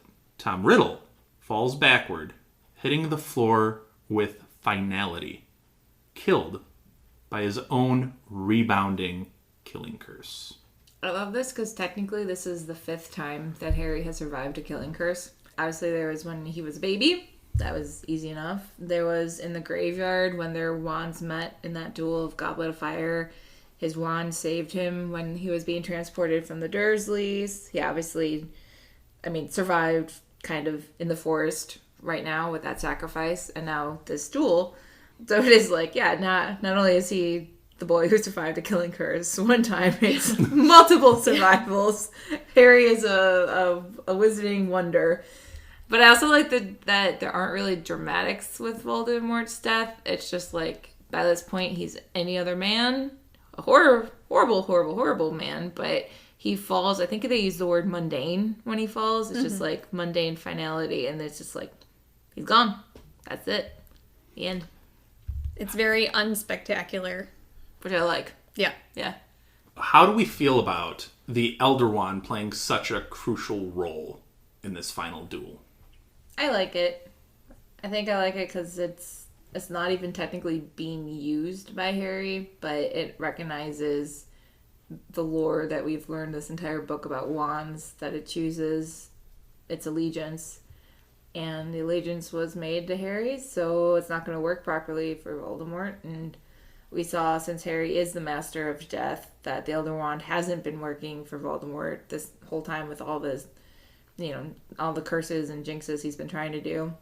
And I know there's also the argument like Harry died and he's doing the same thing that Lily did with protecting, and that's why his spells don't work. But I think it's also added in the factor like, no, your wand doesn't like you right now. It likes somebody else a little bit better. It's a little bit of both. Yeah. I liked it. I liked that you could trace it through the books, like we talked about. I also liked it because when the Deathly Hallows first get introduced, they get introduced as like a legend or a myth or something that's not actually real, and it's an interesting twist to actually go through it and say, oh no, there are these actual objects. There is a history to it. There is nuance to it. I feel like it adds more nuance to the world. Because it does fill in a little bit more about like wand lore and things like that. I know a big issue that people do have with the books and how the books ended was Harry is not magically as gifted as Voldy. So when I'm coming out of book 4, when I'm coming out of book 5, when I'm coming out of book 6, I keep wondering, where is this going? Because I don't think Harry can beat Voldy. Snape destroyed him at the end of book 6. And I'm like, well, if you can't beat Snape and even come close to beating Snape, how in the world are you going to go against Voldy? And now in this book, you really get the Elder Wand fleshed out a little bit, and it becomes ultimately really his saving grace. And it's like, I get why people have a lack of satisfaction with that. I know one of our guests in the past, Aaron, specifically, was like, it's the thing I hate most about the entire series is the introduction of the Hallows, because it's just this easy out. I think there are a lot of easy outs in these books. I think inherent problem whenever you start to get into just magical things or it's the same with like sci-fi Star in general. Wars. Yeah. Like the Force can be used, and now suddenly you can heal people. And what was the last one that upset Star Wars fans? Like, seeing? Oh yeah, Leia being in space, pulling herself back into the ship. Yeah, things like that. When nothing had ever been set up about that before. Yeah. Well, and it's a common issue, I think, in comics, too, because it's always like, oh, they're going up against the baddest guy ever, and he's so powerful, and how are you going to beat him? And then they beat him, and then it's like, okay, now there's this other guy who's even more powerful. Like, you do kind of get backed into a corner with things in this genre. So it's a fantasy thing. Yeah. So I know that's been a knock on the Deathly Hallows and how they're used. I'm generally okay with how it all played out. I actually like that one of the Hallows is just like barely used and then just, like, chucked away. Yep. Like, she didn't go all in on these things. That's true. She used one as, like, a crutch to the character. And then, I mean, she's used one repeatedly throughout the entire series. We just didn't know what it was until the end. Yeah. Right. We still have a lot to talk about on this chapter. And it is going long. So what does this mean? It means we're taking another break, and we'll be back with part 3 of chapter 36. We'll be right back.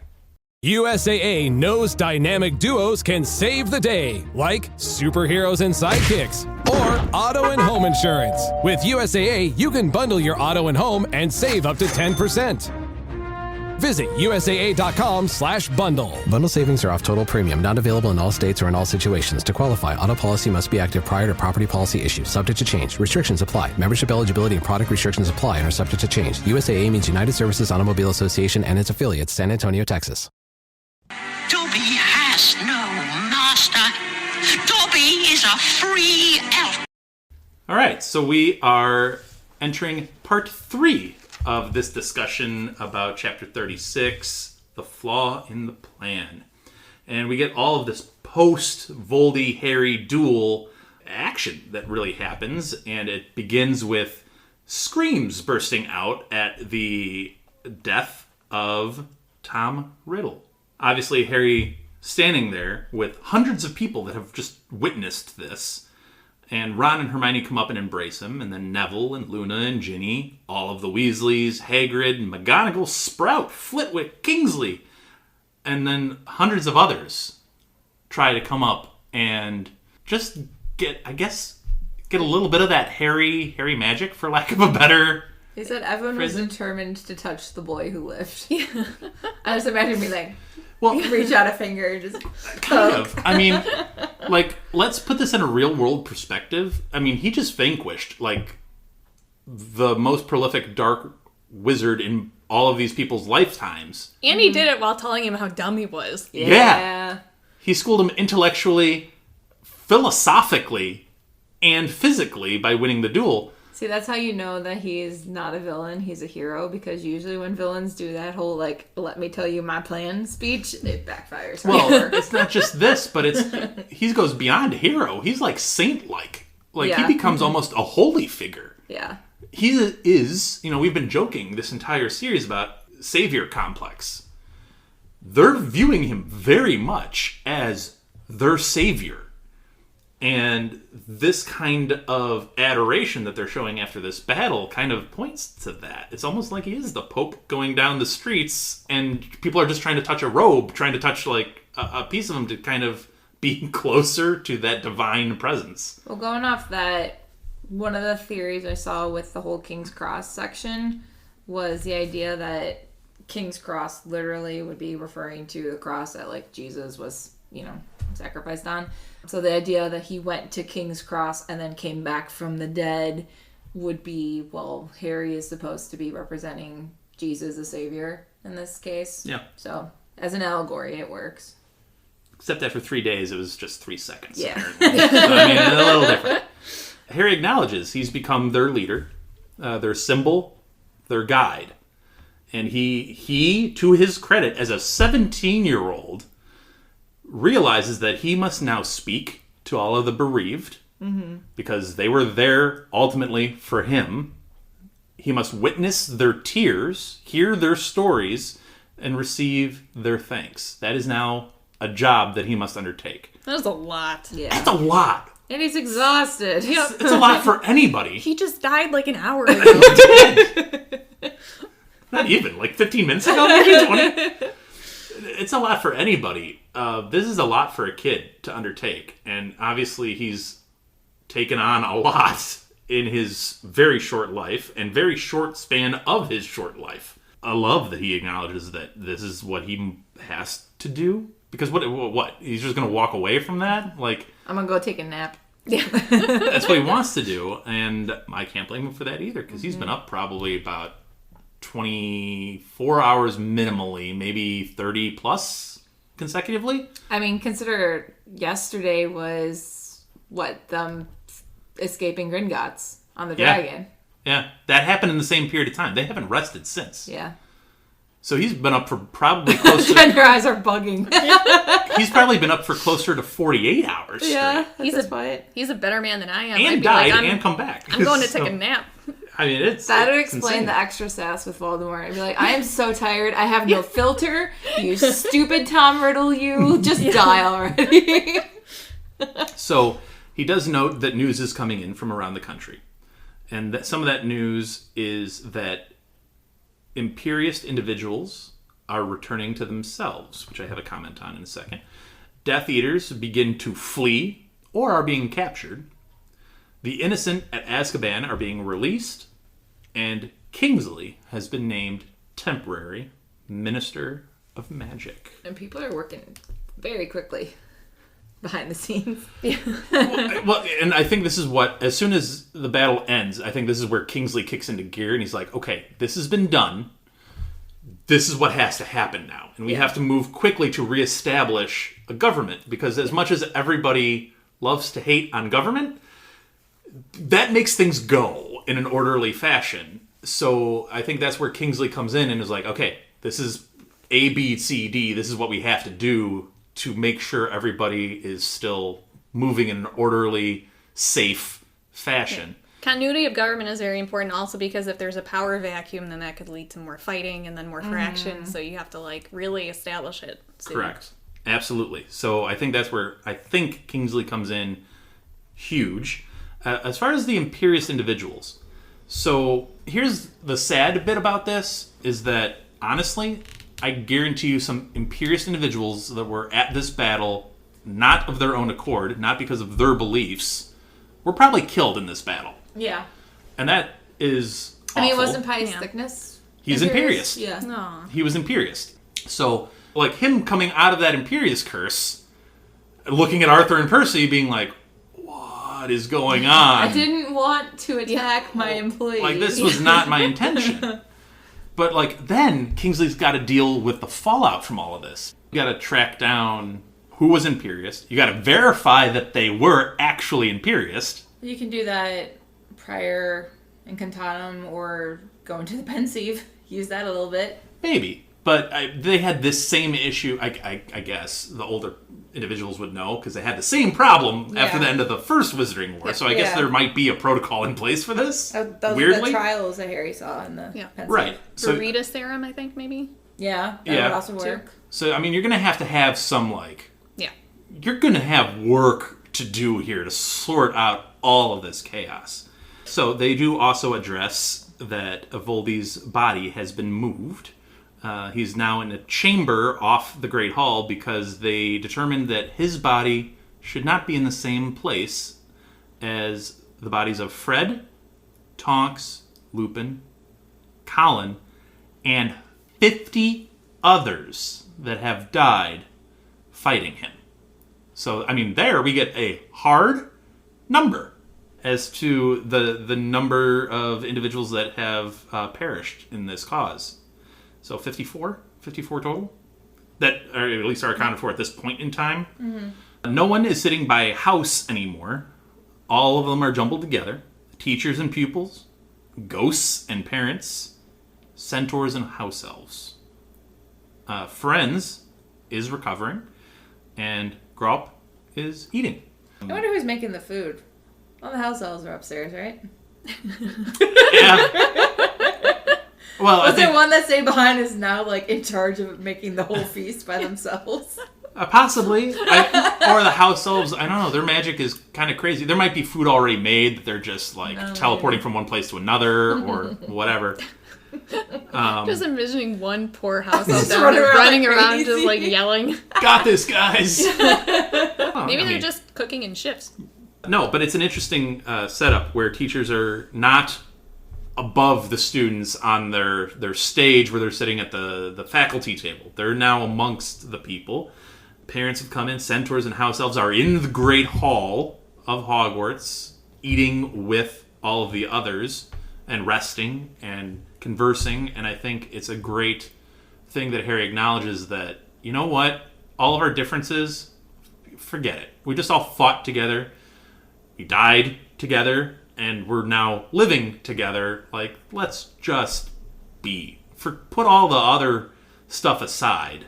And I think that's a wonderful message. That's honestly. what the Sorting Hat had tried to instill in them in book 4, right? Mm-hmm. Yeah. Yeah. And now it's finally getting its wish, even though it's somewhat singed. Harry ends up finding his way to Luna and sits beside her.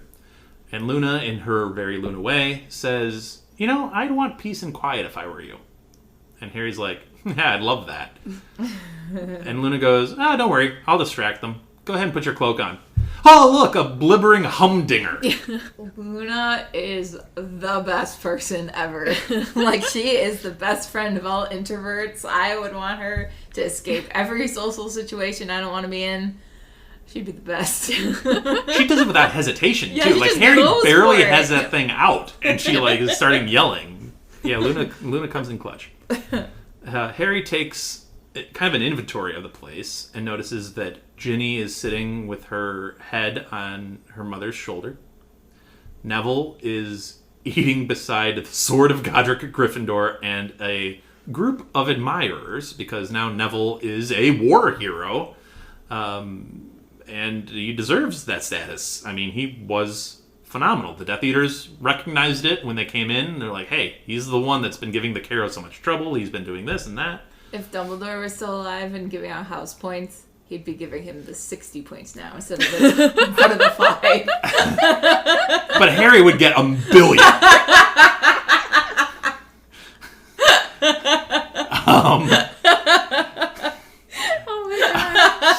Can we talk about how we kind of glazed past it earlier with Voldy calling him spirited and brave and would be a valuable addition to his Death Eaters? How do you think the other Death Eaters would feel about that?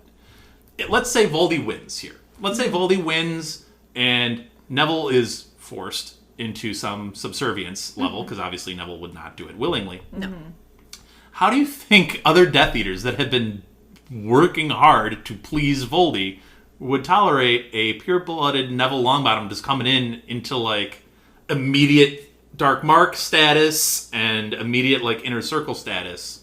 Especially if he'd rise the ranks because he's pure Pure blood. blood. And I'd be like, I've been here and I'm half blood and I've been doing all the things. Where's my promotion? Obviously, this is a big what if, because Neville would have to have a little bit of a heel turn. He'd have to go dark a little bit, which that's a big leap to make.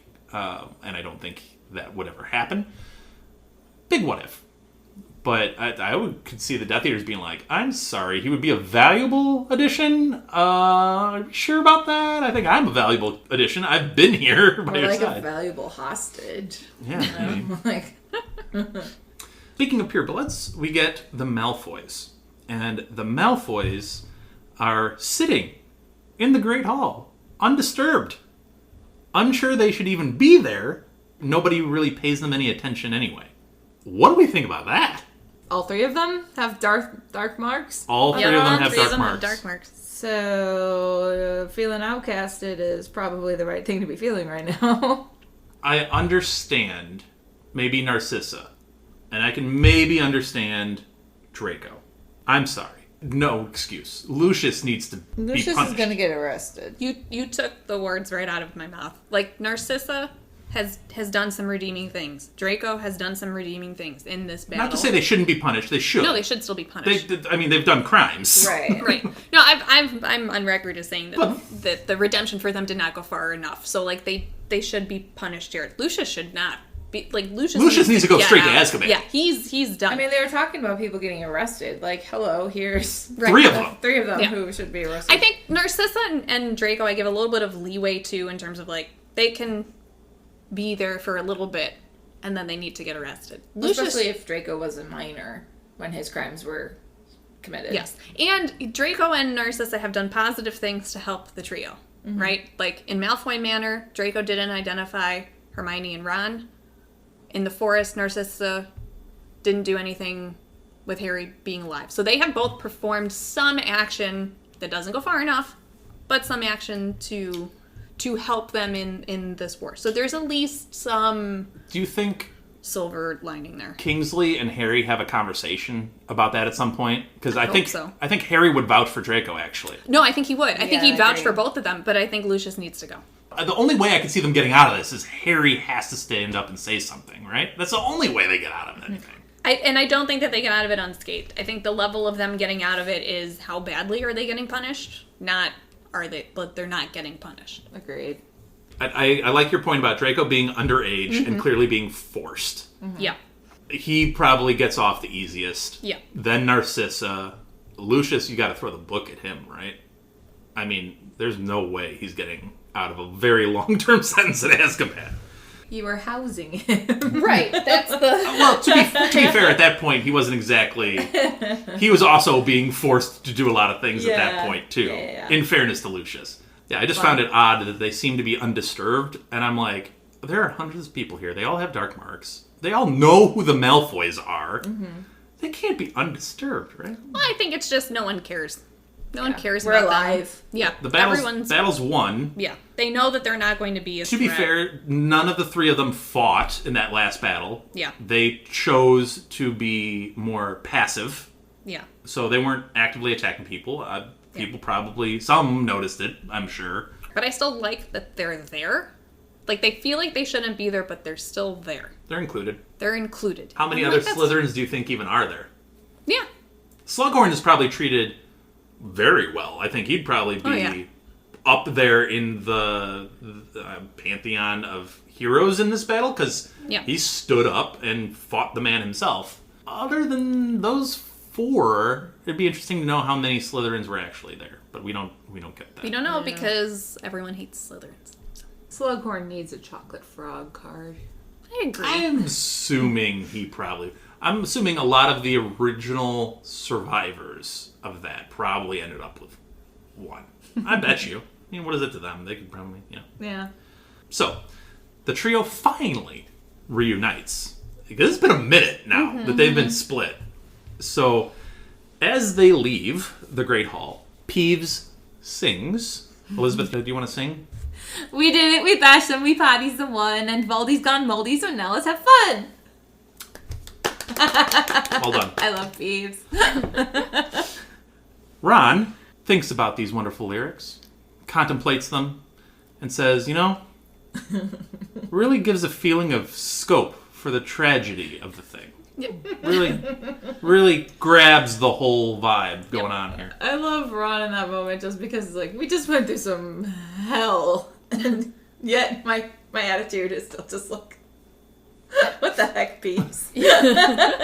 So normal. Painstakingly, Harry explains what he saw in the Pensieve and the events of the forest, which I can only imagine. And he gets this gig so often at the end of books, where he's just like, okay, I gotta relive all of my worst moments. It's hard, but it's the job he's had, I guess.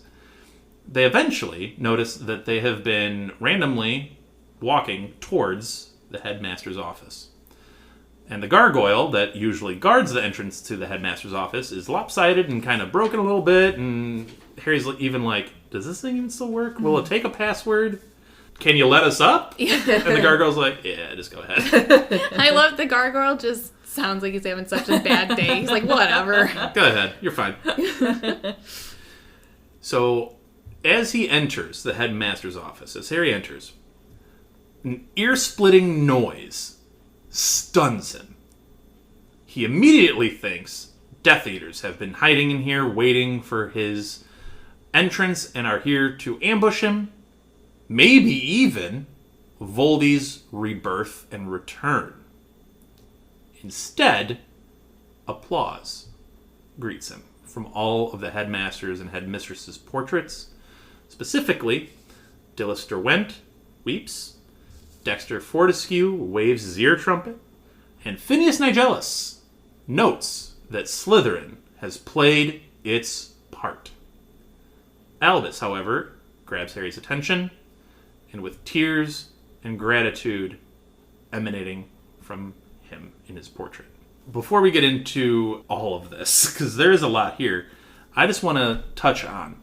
He enters the office and ear-splitting noise stuns him, and his first thoughts are to Death Eaters and Voldy's return.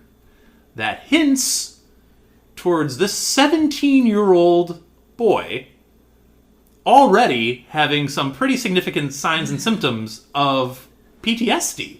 He's also sleep deprived. But, I mean, if your first thought is like, these people are applauding him. Yeah. But he goes straight to, I'm being attacked. Yeah. Yeah. And, I have enemies surrounding me. Like, I don't want to, jump to a big concern here, but it's a sign. No, it is. Mm-hmm. He's got PTSD. It's only going to get worse. This is where wizarding therapy really needs to be in play here. Well, yeah, I agree with you, Elizabeth. He does, first and foremost, need actual, real rest. Yeah. And that will probably help a lot. Yeah.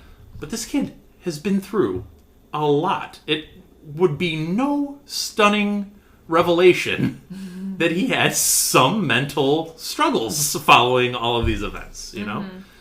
So it just struck me as like a, wow, okay.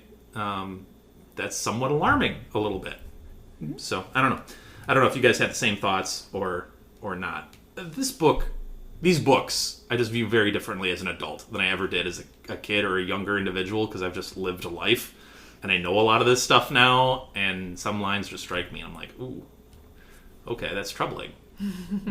But the other thing I wanted to direct to Jenn here is Phineas Nigellus notes that Slytherin has played its part. And I want your take on Slytherin's role in the downfall of one Tom Voldemort Riddle. Deep sigh. Deep sigh. Slytherin had a couple moments. You can't deny Snape did play a very large part in helping Dumbledore navigate a plan. How much of that Snape was actually aware that he was doing at the time is up for debate. Slughorn was definitely, I think, the most prominent Slytherin helping in the war that other people could see doing his part. Narcissa and Draco contributed very, very slightly. We don't know the extent of the other Slytherins on the battlefield. Snape, I mean, you can't deny that Snape did play a big part. It's also just, for me, I wish there were maybe more redeeming, less morally gray contributions from the Slytherin house. I can't say that I'm a big fan of Snape, but I do think people are a little bit too hard on him as a whole. Like, I know you and Mallory had a conversation on it during that chapter. I have a lot of sympathy for Snape. I don't think that there's any excuse for his demeanor and treatment of the kids in Hogwarts at any point in time. He bullied them. He was abusive to them. There's not really any excusing that. I think that, at least for me, he was humanized through viewing all those memories in the Pensieve. I think he did contribute a lot to the cause. I think some of how he acted was to keep up pretenses. He definitely has some things he should have worked through when it came to treating kids.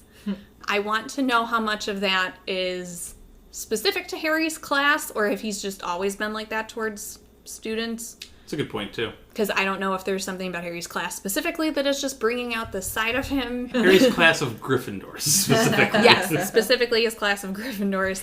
I do think he's a very tragic tale, especially because I think he is a very good illustration of, like, nature versus nurture. I actually think he had a good nature. And I think it was his nurturing that both how he grew up with the household he had with his parents, the ideas that they instilled, it being reinforced, him being in Slytherin and being with a very evil class that brought him in. But he did consistently show over time that he did have some level of empathy, he did have some level of caring, he did have some level of love towards people. So I am sympathetic towards him in that sense. Well said. Yes. Thank you. Harry silences all of these portraits with just a raise of his hand to address Albus, which, I mean, think about that. These headmistresses and headmasters of Hogwarts throughout the centuries that this school has been in place, these are all great, capital G, men and women who have done great things in and outside of Hogwarts. Like, they are accomplished people with quite the resumes. And he just holds up a hand And they all fall silent. I mean, that is some great level of respect. And he only has eyes for one, and that's the portrait of Albus. And Harry starts off very innocuously with just a chill question of like, hey, you know, I dropped the thing that was in the snitch. I dropped it in the forest. Do you agree that I shouldn't go look for it? And Dumbledore's just like, yeah, I do. Cool. Harry said he was going to be very careful with choosing his words here. And I don't know if it was more for the sake of the other portraits in the room who didn't necessarily know about the Hollows, or if it was more about Ron and Hermione and wanting to protect them from the lore that they might have. All of the above. Okay, all of the above. I think it's all of the above. I think he knows that he's in a room with a lot of very intelligent individuals who have a lot of portraits and a lot of other places. So yeah, I think he's careful with his words with the portraits, and given how some members of his inner friend group comment later, Ron. I think he's Mostly Ron. I think he's careful about how he words things here as well. Harry says, I'm going to keep Ignotus's present, which he doesn't even identify what that present is, which I think is just a really smart move on his part and a really quick thinking move on how he's wording all of this. So really well done by Harry there. And Albus says, of course, it's yours forever until you pass it on. And Harry holds up the Elder Wand, which Ron and Hermione both look on in awe, which Harry notices and is not happy with how they just viewed that wand, either of them, and he says, I don't want it. To which Ron responds, are you mental? It's the Elder Wand, come on. Harry takes out his own wand and repairs it successfully. It's a powerful wand. The sparks fly out of the wand. He picks it up. He feels the warmth come through his finger. Like, it is full-on Ollivander brand new. Like, this wand is good. I love this moment. And he says, of the Elder Wand, I'll put it back where it came from. If I die naturally, its power will be broken. And Albus confirms, I think so. Ron says, are you sure about this? And then Hermione confirms, I think Harry's right. I think this is the right move. And Harry responds, I've had enough trouble for a lifetime. And that's what this wand brings, is continued trouble. And that's how the chapter ends. Now, you mentioned you liked the scene with Harry fixing his wand. Yes. I think gives him the validation of why he even held on to the broken pieces in the first place. Like, it wasn't just you're hoarding broken pieces of stuff in your pouch, even though he's done that with the mirror as well, and the letter of his parents that got ripped by Snape. But I like the idea that this is the one way to fix the piece of himself that has saved his life so many times, and to have him use the Elder Wand this one time, and the one spell he does is Reparo for his own wand. It's like, that's great. That's the most Harry thing possible. If he's not casting Expelliarmus with it. He just casts it. I'm like, one time just to show how strong I am. Expelliarmus. Everybody's wands just fly out of like a castle. Like McGonagall sitting there having some tea. Her wand flies out. I'm like, what the? It's like, just one time I'm going to prank everybody right now.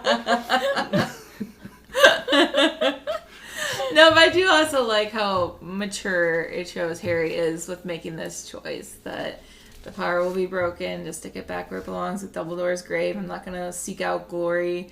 He recognizes, probably to a degree too, like, I don't have the intelligence that Dumbledore had to do magic to this extreme degree the way Dumbledore did and still keep it safe.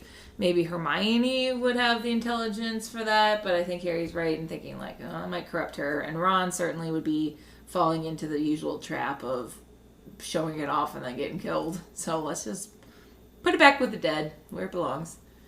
Literally, because it's Seth's wand. I largely agree with that. I think it's really sweet that he has that bond with his wand, and he has such a fond memory and everything of his original wand, and that's just the wand he wants. I've been making fun of Ollivander for saying that the wand chooses the wizard, but this time the wizard chose the wand. Oh, yeah. Oh, he did. That's true. I'm okay with it. I get it. It wraps everything up in a very neat little package, which is cool. The only question I have about it is because what Ollivander said about this wand being beyond magical repair, right? And then this wand repairs it so perfectly and so pristinely. My question then is about the Elder Wand. Like, this Elder Wand is extraordinarily powerful. Like, this is... I mean, it does give credence to it being a deity's wand. It's crazy. And if the Peverils really did make these Hallows themselves, oh my goodness, they are the greatest wizards to ever live. Because this is insane. But it also throws a little bit of doubt. This is going to come off way more aggressive than I intended to sound. It throws a little bit of shade on Dumbledore's magic because while I am fully aware that Dumbledore is an elite level wizard, brilliant, talented, by all accounts, no doubt. But if this wand is that powerful, I mean, some of his mystique must go down just a notch, like one notch, right? I think in the real world, if this were to actually happen, the first thing that would be done is this wand would be confiscated and brought in for study. And it would be dissected by experts. And it would lead to some discovery which would maybe create more Elder Wands. And that would be a very dangerous thing for society. So I think it's smarter that it just gets buried. You don't want to give Ollivander a look at this thing? No. To your point, I'm not sure that I get where you're coming from with it. I would have to think a lot more about that if it lowers Dumbledore's mystique. I guess it depends on how you value Dumbledore. If you're valuing him as like this great spellcaster, dueler, whatever, then I can see where I would maybe take you down a notch. I view him more as a... Academic, but also like strategist. Yeah, I think if Dumbledore had shown off in the way that you're wanting him to, that would have drawn the attention. And that's why Dumbledore said, I was only meant for the meanest of the Hallows, and it was the wand, because I could tame it and I could keep people safe from it. That's true. But in the two Wizarding Wars, there is fear amongst the Death Eaters, because if they're in the presence of Albus Dumbledore, they know they are in trouble. And we see it when he comes into, like, the Department of Mysteries, and he, like, wrangles them all, like, immediately. Some of that is his knowledge and his academic skill to know spells that would work in whatever situations and be able to cast them effectively. But the effectiveness of it probably does ratchet up a bit, because this wand is crazy powerful.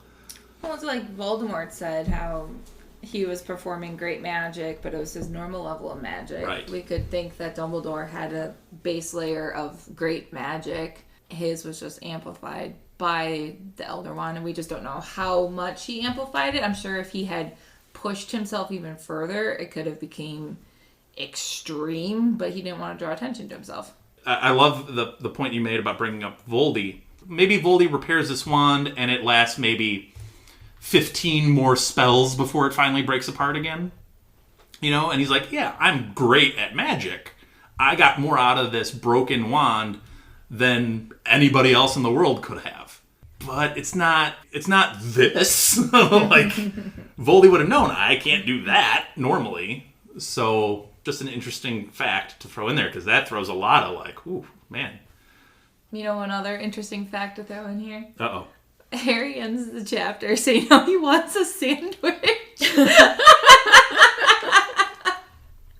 I forgot about that and I read it. I just laughed so hard. I mean, can you blame the guy? He's been up for probably like 48, 50 hours at this point. I think I'd be at the point where like the need for sleep outweighs the need for food. I'd just be too tired. He's fought. Yep. He's gone into someone else's memories. He's seen friends. He escaped from Gringotts. He escaped from Gringotts on a dragon. He's seen friends die. He's died. And he's had to, you know, we kind of glossed past this too, but really, let's not just throw to the side him having to actually go to all of those people that have lost loved ones in this. That'd be very draining. You know how hard and how draining that alone must be. And then have people thank you? He must be an absolute wreck right now. He needs to go to Madame Pomfrey's and get a sleeping potion and just nap for days. And then when he wakes up, be like, all right, give me a feast. Celebrate me. Where is my pumpkin juice and my truckle tarts? You know Harry's not going to ask for a feast. But he does indicate that he has a 4-post bed up in the Gryffindor Tower with his name literally still on it, because he should be there. Although it's slightly funnier to imagine that he doesn't have a bed because he didn't go for the year. Yeah. And someone else has it, and some first year walks in to get their things, and there's just Harry Potter passed out in his bed. And that's their claim to fame for the rest of their life. Harry Potter just napped in my bed. He just walks past like the room requirement, which hopefully is still able to work, because we had that debate. Well, let's hope so. But if it works, he's just like walking past and is like, bed and a sandwich, bed and a sandwich, bed and a sandwich. That is how we are going to end this chapter. With bed and a sandwich. Thank you all for listening. This has been a very long episode, but we hope you've enjoyed our discussions and our debates. Let us know what you think on the final actual chapter of Deathly Hallows by commenting on our Twitter, Blue Sky, Instagram, on our YouTube page, on Spotify. You could reach most of our socials at Hogwarts a Pod. I will say, and I'll say this again on the next episode, which is the epilogue, you should really start subscribing to us, because our schedule is going to change up a little bit. So if you haven't already, please subscribe. Make sure you're getting notifications whenever we do publish something, because it might get a little bit more erratic here as we end the actual book series, which we'll give more details on going forward. But thank you all for listening, and we will be back next week with the epilogue to the Harry Potter series. Thank you for listening to Hogwarts, a podcast. If you like what you've heard, please click the subscribe button on your preferred podcasting app and follow us on Twitter and Instagram at Hogwarts a Pod.